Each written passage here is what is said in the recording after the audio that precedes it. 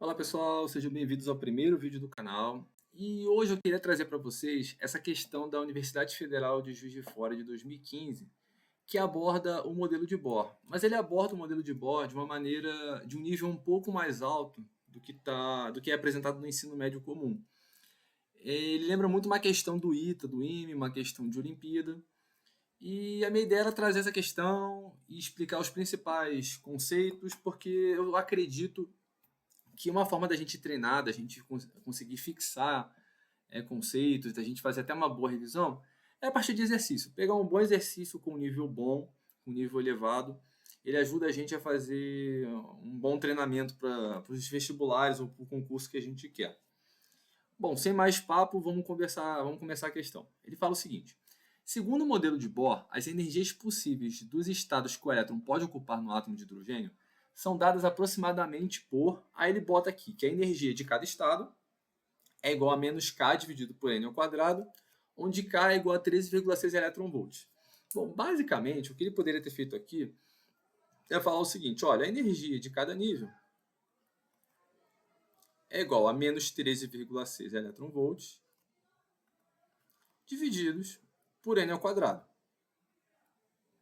Ele poderia basicamente falar isso aqui. Ele quis aumentar um pouquinho a questão para te enrolar, mas é basicamente isso. E sendo n um número inteiro positivo diferente de zero, onde n pode ser 1, 2, 3, 4, 5, infinito e por aí vai. O que esse n significa?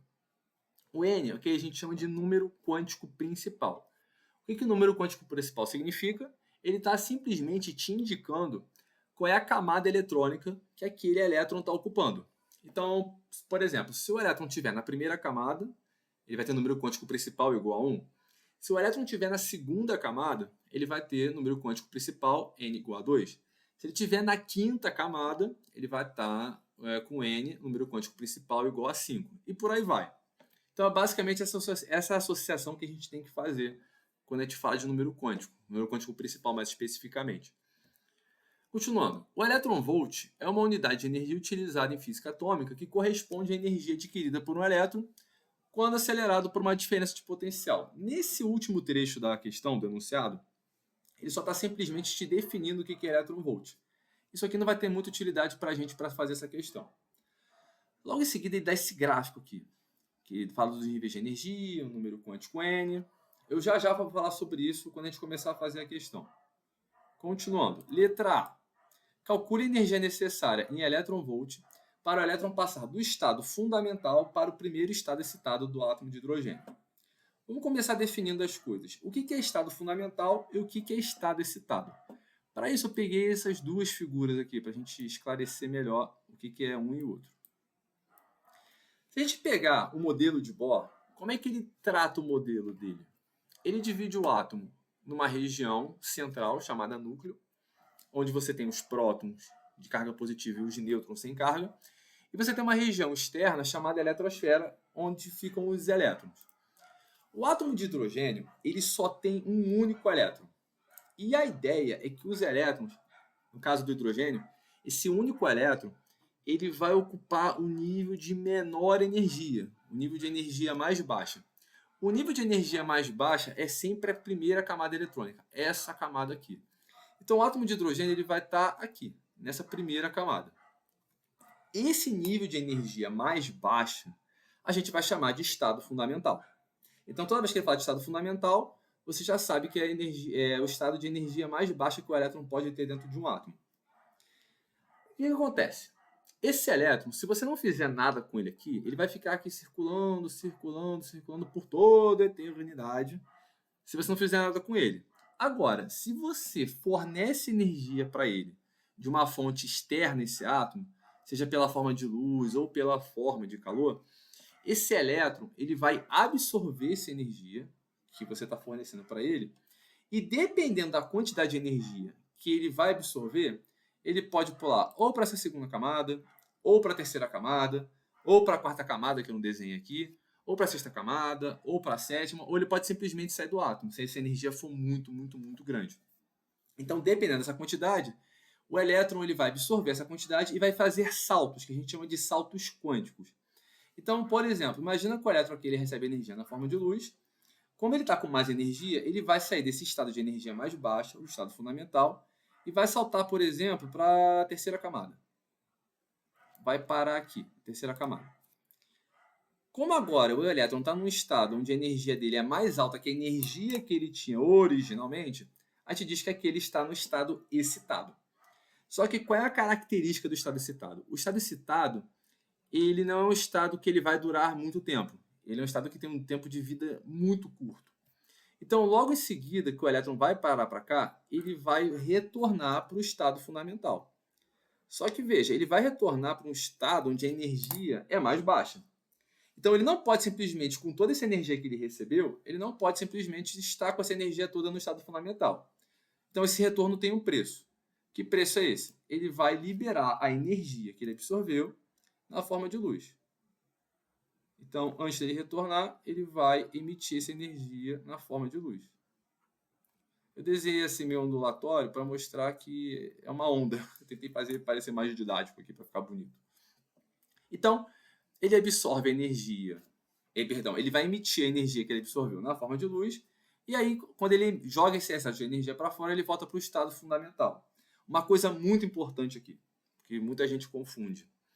Por exemplo, imagina, a gente vai calcular isso, mas imagina, por exemplo, que para sair do primeiro nível para ir para o terceiro, o elétron ele recebeu 5 elétron-volts de energia. Quando ele retornar para o estado original dele, ele tem que emitir exatamente a mesma quantidade de energia que ele absorveu.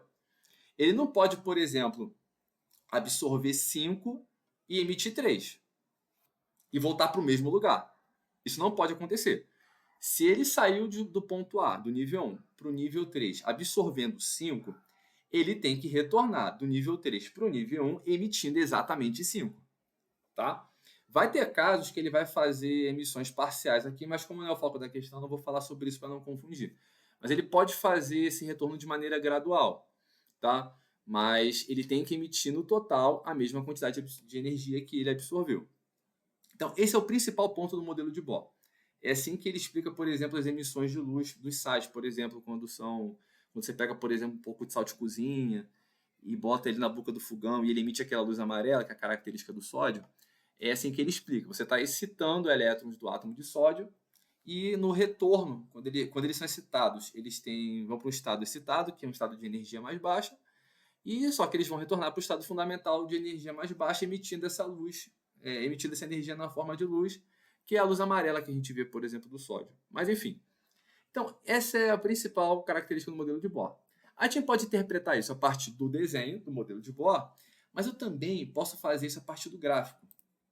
Esse gráfico aqui, olha, nesse eixo aqui, a gente tem a energia do átomo. Essa seta vertical, ela representa a energia. E essas linhas aqui horizontais, elas representam basicamente as camadas. A energia de cada camada. Então aqui eu tenho a energia da primeira camada, a energia da segunda camada, a energia da terceira camada, e por aí vai. Como é que a gente pode interpretar isso a partir do gráfico de energia? É muito simples. Vamos voltar lá para o átomo de hidrogênio. O único elétron do átomo de hidrogênio ele está no primeiro nível de energia. Ele está aqui. Primeiro nível de energia. Quando esse elétron absorve energia na forma de luz ou calor, ele vai saltar para órbitas mais energéticas. O que o problema quer? Ele quer saber qual é a energia necessária que eu preciso para fazer com que o elétron saia do estado fundamental, que é o estado de mais baixa energia, para ir para o primeiro estado excitado permitido para o elétron do átomo de hidrogênio. Então, o primeiro estado excitado é esse primeiro nível aqui, seria a segunda camada eletrônica.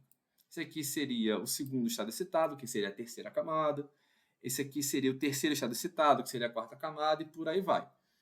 Então, ele quer saber qual a energia que eu preciso absorver, que esse elétron precisa absorver, para sair daqui para cá. É isso que ele quer saber. Como é que eu calculo isso? Lá no início da questão ele falou que a energia de cada órbita, a energia de cada camada, ela é dada pelaquela equação. Vou botar de vermelho aqui para ficar diferente. Aqui nós temos então, ó, a energia então é dada por menos 13,6 elétron-volts dividido por n ao quadrado, onde esse n representa a camada eletrônica que o átomo está. Se eu quiser calcular a energia do primeiro nível, que o elétron vai ter no primeiro nível, basta substituir n por 1. Então, n é 1, n ao quadrado vai ser 1 ao quadrado. Então, a energia do primeiro nível vai ser igual a menos 13,6 elétron-volts. Continuando, como é que eu calculo a energia do segundo nível, que é o primeiro estado excitado permitido para o átomo de hidrogênio? Vou pegar a mesma equação, que é a equação que Bohr deduz no modelo dele. Então, a energia do segundo nível ela é dada por menos 13,6 elétron-volts dividido por n ao quadrado. Como agora eu já estou tratando do segundo nível, o n vai ser 2. Então, eu vou ter 2 ao quadrado, que é 4. Então, eu vou ter, então, que é menos 13,6 divididos por 4. Isso aqui, então, vai me dar um valor de energia igual a 3,4 elétron-volts. Bom, agora como é que eu faço para descobrir a quantidade de energia que esse elétron precisa absorver? É só verificar o seguinte. No primeiro nível, o elétron tem 13,6 elétron-volts. No segundo nível, esqueci o sinal negativo aqui. No segundo nível, o elétron, para estar no segundo nível, ele tem que ter uma energia maior, menos 3,4 elétron-volts. Mas como assim maior? 3,4 não é maior, não é menor do que 3,6? Então, eu estou trabalhando com números negativos. E número negativo, quanto menor ele é, maior ele é. Quanto menor for esse valor aqui, quanto mais próximo de zero ele tiver, maior ele vai ser. Então, nesse caso, menos 3,4 vai ser uma energia maior do que menos 13,6. Então, como é que eu faço para calcular a energia necessária para que ele saia do nível 1 para o nível 2? É bastante simples. É só calcular a diferença de energia que existe entre os dois níveis, entre o nível 1 e o nível 2. Nesse caso, você vai calcular assim, que a diferença de energia, tudo que é diferença, lembra de físico? ΔS era a diferença do espaço, ΔT era a diferença do tempo, a variação do espaço. Então, nesse caso aqui, a variação de energia, ou seja, a quantidade de energia que eu preciso para fazer essa transição de um nível para o outro, eu vou chamar de ΔE. Onde o ΔE vai ser o nível final que ele vai chegar, que é o E2, menos o nível que ele está partindo, que é o E1. É simplesmente isso. Para calcular a diferença de energia, eu vou usar essa pequena equação aqui, que você já deve estar acostumado a usar ela em física. Então, meu ΔE vai ser o seguinte. ΔE, então, vai ser a energia do estado final, do estado excitado, que é quanto? Menos 3,4. Não vou botar o eletronvolt aqui para ficar menos poluído. Menos a energia do estado fundamental, que é o nível 1, que é menos 13,6 eletronvolts. Fazendo essa conta, eu tenho que ΔE, então, vai ser igual a 10,2 eletronvolts. Positivos nesse caso. Porque aqui vai ficar menos com menos, vai ficar mais 13,6 eletronvolts. Com menos 3,4 eu vou ter 10,2 eletronvolts. Então, essa é a energia necessária que o elétron tem que absorver para poder fazer esse salto do nível 1 para o nível 2. Ou seja, do estado fundamental para o primeiro estado excitado. Na letra B, ele pergunta exatamente isso aqui. Olha, para cá. Calcule o comprimento de onda do fóton emitido quando o elétron retorna ao estado fundamental. Aqui, a gente pode tratar, calcule o comprimento de onda do fóton emitido, ou calcular o comprimento de onda da luz emitida. A gente pode tratar esses dois como sendo sinônimos, tá? Porque o fóton são as partículas que formam a luz. Segundo a teoria do Einstein, a partir do efeito fotoelétrico, ele consegue prever que a onda eletromagnética, a luz, ela vai ter propriedades de partícula. Então é como se a luz fosse feita de partículas sem massa, que ele chamou carinhosamente de fóton. Então toda vez que ele falar de fóton emitido, é a mesma coisa que luz emitida. Você pode ver um ou outro nas suas questões que vão aparecer, ou nos seus livros, no seu material, nas suas apostilas, enfim. Então eu quero calcular basicamente o comprimento de onda da luz emitida quando o elétron retorna ao estado fundamental. A gente já discutiu isso aqui. Então, como é que eu faço para calcular o comprimento de onda do fóton, da luz emitida? você vai usar a equação de Planck. Essa aqui foi a letra A. Deixa eu só botar aqui. Letra A. Para a gente ficar mais organizado. E a letra B, você vai usar a equação de Planck para determinar qual é o comprimento de onda do fóton ou da luz que foi emitida. E a equação de Planck é basicamente isso aqui, olha. A energia do fóton ou da luz é igual a H, que é a constante de Planck, vezes Ni, que é a frequência. Aí aqui uma outra observação também é que dependendo de onde você estiver estudando, dependendo do livro que você estiver usando, a frequência você pode chamar ela de F, ou você pode usar a letra grega Ni. A faculdade inteira, os professores sempre trabalharam com Ni, os livros que eu sempre usei foram sempre com Ni. Eu acho que a única vez que eu vi frequência foi no livro de ensino médio de física, que ele trabalhava com a frequência sendo F. Mas de qualquer maneira, tanto faz. Você pode achar essa equação como sendo E igual a HNI, E igual a sendo HF, tanto faz. Tá? Aqui é só para esclarecer caso você fique confuso, caso você não tenha visto a equação dessa forma. Muito bem, mas poxa, eu quero calcular o comprimento de onda da luz. E aqui eu tenho a frequência. Mas você consegue fazer isso. A partir da equação fundamental da onda, a gente tem que a velocidade de uma onda, como é uma onda eletromagnética, a gente vai chamar isso de C, que é a velocidade da luz. A velocidade da luz, ou a velocidade da onda, é igual ao lambda, que é o comprimento de onda dessa onda, multiplicado pela frequência, F ou Ni nesse caso aqui. Se você manipular um pouco essa equação, se você dividir, por exemplo, os dois lados pelo comprimento de onda, você vai ter que Ni é igual a C, a velocidade da luz, dividido pelo comprimento de onda. Você pode pegar essa informação aqui, que você acabou de obter a partir da equação fundamental da onda, e substituir aqui, na frequência. Substituindo, você vai ter a seguinte equação. Vou botar um pouco mais para baixo. Você vai ter, então, que E é igual a constante de Planck, H, vezes a velocidade da luz, dividido pelo comprimento de onda. Ou seja, vamos lá. Eu tenho a energia que foi necessária da luz, do fóton, que fez com que o elétron saísse do nível 1 para o nível 2? Tenho. Eu tenho essa energia aqui. A gente calculou. A gente viu que é 10,2 elétron-volts. Eu tenho uma constante de Planck? Tenho. Ela é dada aqui na questão. Aqui também cabe uma outra observação. Ele falou que a constante de Planck é 4,13 vezes 10 a menos 15 elétron-volts vezes segundo. Normalmente, tá, nos livros, ou dependendo da questão que você estiver trabalhando, isso aqui vai estar em joule vezes segundo. Tá? Em joule vezes segundo, você vai ter que a constante de Planck é 6,62 vezes 10 a menos 34 joules segundo. Mas aí qual é a dica? Se ele está trabalhando a energia das órbitas em elétron-volt, então você usa a constante de Planck em elétron-volt. Se ele estivesse trabalhando a energia da órbita em joule, você trabalharia a constante de Planck em joule. Tá? Esse é o parâmetro que você vai ter que ter. Como aqui ele já botou tudo em eletronvolt, você não vai reclamar, você vai aceitar com gratidão esse presente, porque você não tem que converter isso. Mas também a conversão é bastante simples. Caso você não saiba, pode escrever nos comentários que eu explico aqui num vídeo à parte sobre isso. Tá? A conversão não é muito difícil de fazer. Bom, de qualquer maneira, aqui eu tenho a energia, então, que foi necessária para que o elétron fizesse esse salto do nível 1 para o nível 2.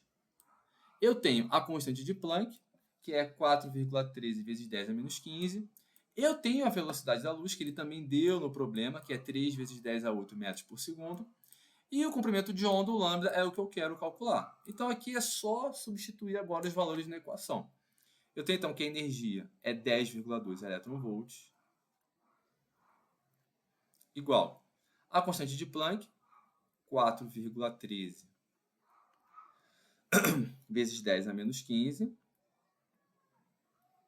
multiplicado pela velocidade da luz, que é 3 vezes 10 a 8 metros por segundo, divididos, tentar fazer bem retinho, pelo comprimento de onda.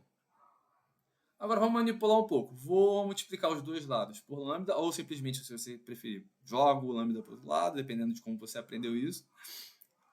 Aqui vai ficar 10,2 multiplicado pelo comprimento de onda. Aqui é igual. Aqui você pode fazer simplesmente 4,13 vezes 3.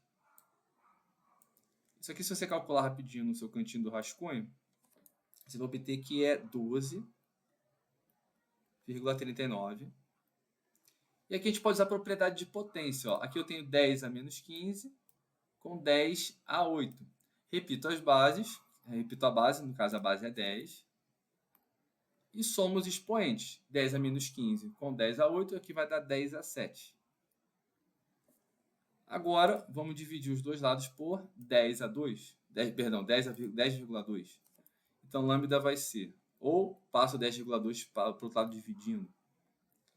Aqui, então, vai ser 12,39 vezes 10 a 7, divididos por 10,2. Resolvendo essa conta, você vai ter, então, que lambda, comprimento de onda, é igual a 1,21 vezes 10 a 7 metros. Como na questão ele não pediu uma unidade específica, como por exemplo nanômetro, que é muito comum, às vezes as questões pedirem, calcule em nanômetro o comprimento de onda da luz emitida ou absorvida pelo elétron, você pode trabalhar com unidades que você achar aqui, tá? Agora, resumindo, vamos tentar entender o que aconteceu aqui nessa questão para a gente poder fechar isso com uma compreensão boa do modelo de Bohr. É o seguinte, ele queria saber, primeiro, qual era a energia necessária para fazer o elétron sair do nível 1 para o nível 2, ou seja, dessa primeira camada para a segunda camada.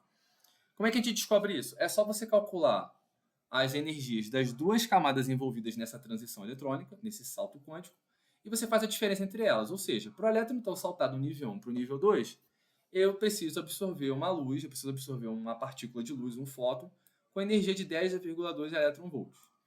Em seguida, quando o elétron está no estado excitado e ele retorna para o estado fundamental, ele tem que absorver exatamente a energia, ele tem que emitir exatamente a energia que ele absorveu no processo de ida. Então, na volta, ele tem que emitir uma energia com o mesmo valor que absorveu, que foi 10,2 elétron-volts. E como é que eu consigo calcular o comprimento de onda dessa luz que ele emitiu, com essa energia? Basta você usar a equação de Planck, que a gente acabou manipulando aqui para botar energia em função do comprimento de onda. Fiz a manipulação aqui, essa manipulação é bastante comum também de fazer. E a partir dessa manipulação eu consegui descobrir que se eu tenho uma luz que ela tem uma energia de 10,2 elétron-volts, o comprimento de onda dela é de 1,21 a 10 a 7 metros. Tá? Bom, pessoal, então com isso aqui a gente acabou a questão. Eu espero que os conceitos tenham ficado bem claros. Caso você não tenha entendido alguma passagem, algum processo ou alguma coisa que eu não tenha falado, posta nos comentários. Eu queria muito ajudar quem está estudando, quem está se preparando para o vestibular ou para a Olimpíada. Se você não entendeu alguma coisa, se alguma coisa ficou faltando ou algo não tenha ficado claro, coloca nos comentários que eu vou tentar responder o mais breve possível. Tá bom, pessoal? Gente, por esse vídeo é isso. Um abraço e até a próxima. Valeu!